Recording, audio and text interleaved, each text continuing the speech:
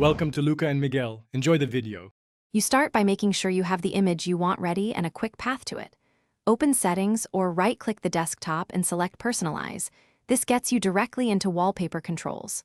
Once there, locate background or wallpaper options and choose whether to use a single image, slideshow, or solid color.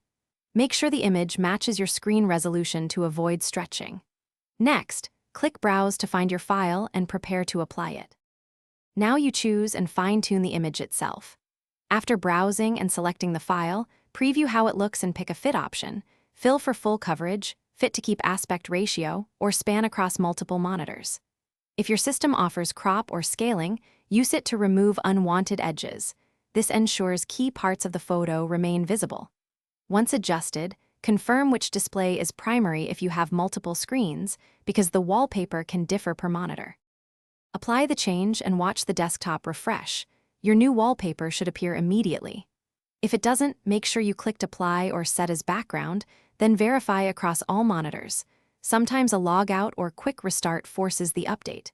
If problems continue, check file permissions and that the image format is supported, and update or reinstall display drivers as needed.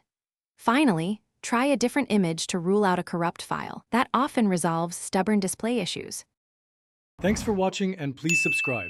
It's the best investment you'll ever make.